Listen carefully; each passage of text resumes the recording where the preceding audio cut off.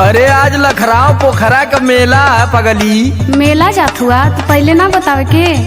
तोके कुछ बताए के करी। सुना एक ठीक चीज चाहत रहा।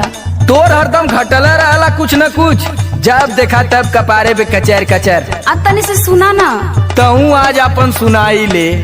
वही मेलवा में से ना गुरैया जलेबी लेते आया। अरे गुरैया जिलेबी लेबी न देवी, गुरैया जिलेबी। अभी ये कुल कहबा हम जानत रहनी है, लेकिन तब वो मन कैला कह देनी। सुना सुनावा। गुरही जलेबी अभी चाय पिया मेलावा में। ऐसा न कि एडीआर से और संदीप राज से मंगवा ले, ठीक है ना, हमारे टाइम ना।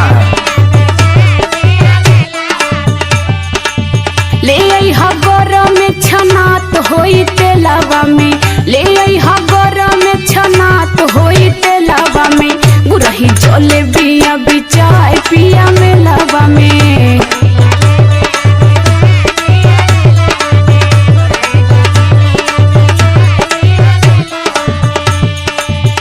जब देखा तब तोरे लारे चुअला, पेट ही नहीं कारे। चुअता पानी लरी कोर भैलू धनिया।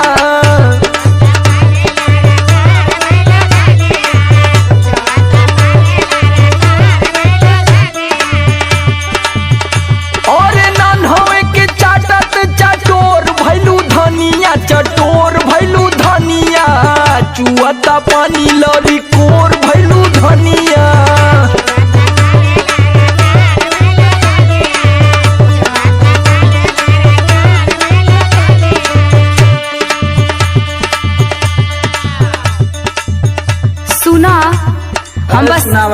हम बस अपने खातिर थोड़ो मांगतानी कि इतना बहुत तेज फुदकत बड़ा। तब क्या करे खातिर मांगत हूँ? हम सबके खातिर न कहतारी, कुछ न कुछ सबके बदे न कहतारी, बस हमरे सुनाता। सबका ठिका ले ले तू। अरे काहे न, परिवार चलाओ के बाद तो ठिका ले के पड़ी न। सुना सुनावा। अम्मा जी के लिहा पकौड़ी, बाबू जी के केला।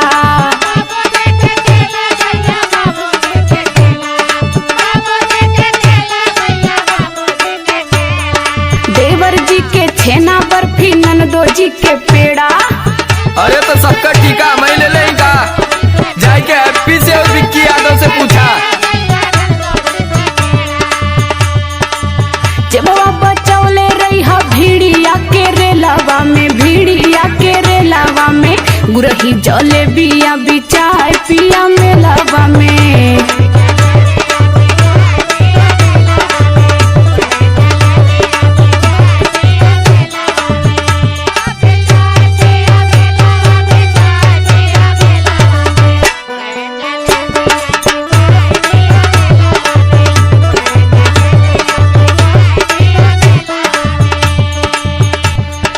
अच्छा ये बतावा कि अब इन कलियां गए ललू बाजारे न। हाँ वो तो गईले रही। किसिम किसिम का कुल खाए के इलू है, तबले आज तोरे फिर लगल बढ़िया है भूख। अलिया न देता कि लगला बने।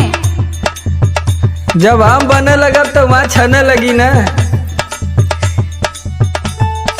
हंसी हंस के गोलगप्पा खैलू काल्हे 7 बजाले। अब इन रात भर आई माई चिल्लैली है कि पेट दुखाता पेट दुखाता। फिर होल भी अनवा जिलेबी चाहे लगल तो के। बेना रात डोलावत बीतल हा गरमी के मारे।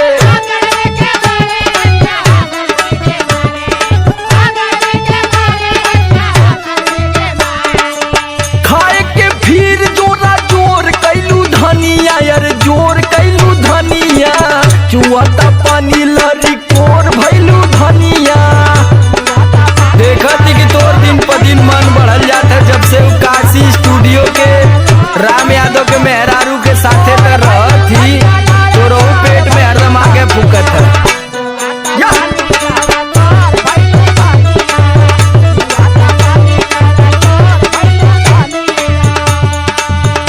सुना सुनावा जल्दी हो दे लोग, भैया मनोज भैया सब लोग निकल जाए तो हमके बड़ा दिक्कत हुई। वही लोग के बारे में तो बतावा जाता नहीं, तो टोक देला।